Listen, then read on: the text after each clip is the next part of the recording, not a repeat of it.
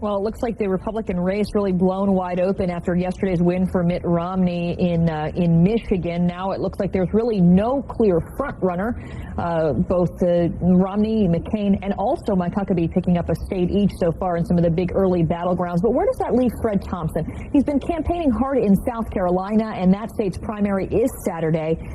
What's he doing to ensure a win there? Well, he joins us now from Clinton, South Carolina. Fred, Thompson, thanks for being with us this morning. You know, we had you on last week, and you were already down there campaigning. One of the big issues that was talked about in a lot of the recent debates, especially in Michigan and South Carolina, is the economy. Now, when we had spoken with you last at a debate in October, you said the economic outlook for the U.S. was rosy. Have you changed your view since then?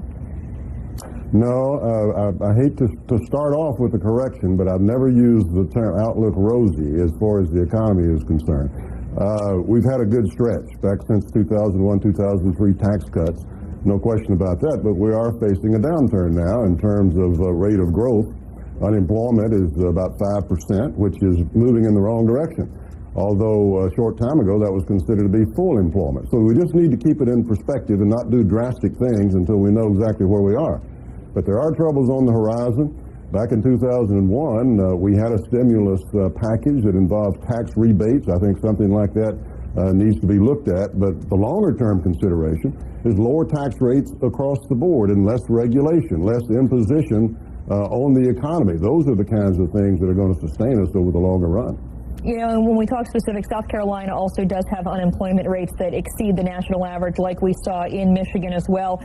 Some of those having to do with jobs leaving the state and leaving the country. What is your solution for ensuring that jobs stay in states like Michigan and South Carolina? We live in a global economy. We live in a free society. Government is never going to come in, if I have anything to do with it, and tell people what they can and cannot do in that regard. What we've got to do is make sure that we protect our own companies in this global competition that we're in. We have the second highest corporate tax rate in the industrialized world. We're only one of two countries that hadn't lowered the taxes on businesses since 1994. Makes us less competitive. The regulations we put on our companies here make us less competitive. The trick is that for every job we lose, we need to gain a couple of jobs. Frankly, that's happening in South Carolina and other places.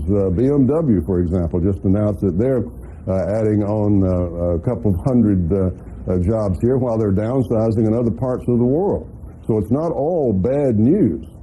And if we would treat our companies right here and induce more companies to come in here and start jobs, for every one we lose, we would gain. And that's the trick. In a global economy, nobody can ever promise anyone that a job is not going to leave or a job is not going to shut down. But if you have a growing economy and good economic policies, good fiscal policies, lower taxes, less regulation, it'll benefit the overall economy and produce a net gain of jobs. Just to be clear, your quote from the Dearborn, Michigan debate back on October 9th was, I think if you look at the short term, it's rosy. I think if you look at the 10-year projection, it's rosy. You also went on to say we're spending money that we don't have. What do you think the role of the government should be in job creation and retention? A 10-year projection, a 10-year projection is rosy. No, I've been saying that if you look down the road a little bit, that it's disastrous. The short term looks okay in terms of our overall economic well-being. We were not talking about a recession in that discussion that we were having there in Michigan. We were talking about the economy in general. The shorter term looks okay. Our deficits within historical norms and so forth. But because of the mandatory spending that we're locked into, if you look down the road a little bit, it is disastrous. We're spending the next generation's money. We're burdening them with debt, and these mandatory spending programs will consume our entire budget within a shorter period of time than most people realize, probably 2040, somewhere in there. And so we need to tackle those things now. So we're talking about a little bit apples and oranges here, but shorter term we're going to be fine regardless. Longer term it's going to be disastrous unless we do some things. For example, to reform Social Security and reform Medicare for the long-term benefit of the economy. Let's talk a little bit about the state of South Carolina. A lot of people looking at the race of saying that perhaps the social conservative vote, the socially conservative and the evangelical voters are going to be split between you and Governor Mike Huckabee. How do you convince those voters that you are the true conservative? Well, you know, I don't divide people up like that. I say the same thing in all parts of the country, and where I stand does not depend on where I'm standing or what office I'm running for. I've been the consistent conservative, the only one in the race for my entire public career. I've been fighting for lower taxes and less regulation, and fighting for the Second Amendment, and fighting for good conservative judges who will obey and abide by the law instead of making it up as they go along, and compiling a 100% pro-life voting record along the way, strong national security credentials, having served on the Intelligence Committee and other relevant committees. So I think I'm the only one that fits that bill. I was walking the walk back before some of these others were talking the talk.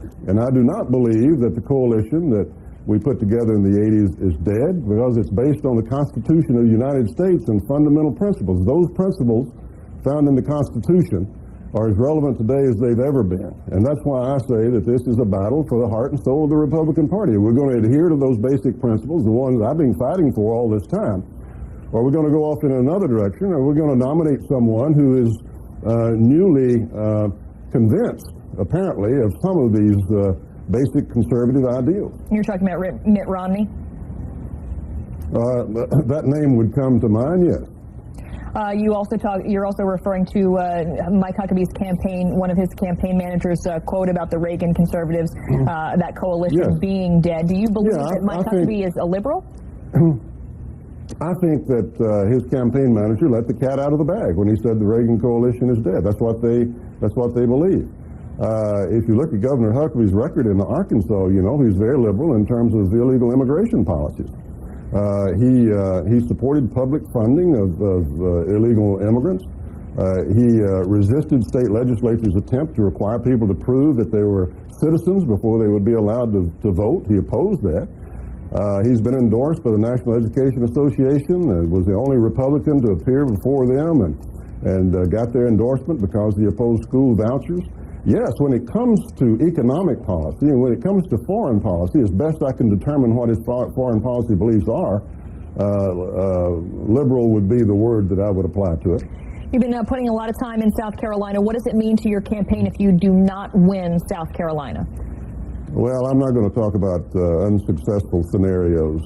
We're getting good results down here. The crowds have been overflowed. The fire marshals had to close us down a time or two, and the poll numbers are looking good. We're gaining. Others are falling down some, and so momentum's good, and the direction is good, and it's important to us. There's no question we got to do very well here.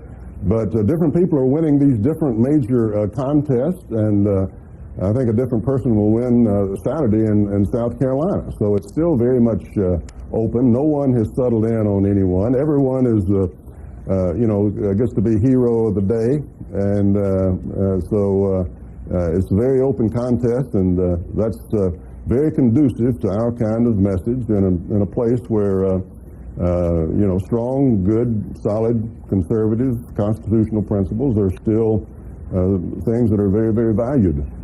All right, so you're hoping to break the field even wider open and rack up a win for yourself there in South Carolina. Hey, thanks for joining us this morning to talk. We appreciate it. A Republican presidential candidate, former Tennessee Senator Fred Thompson. Thanks. Thank you very appreciate it.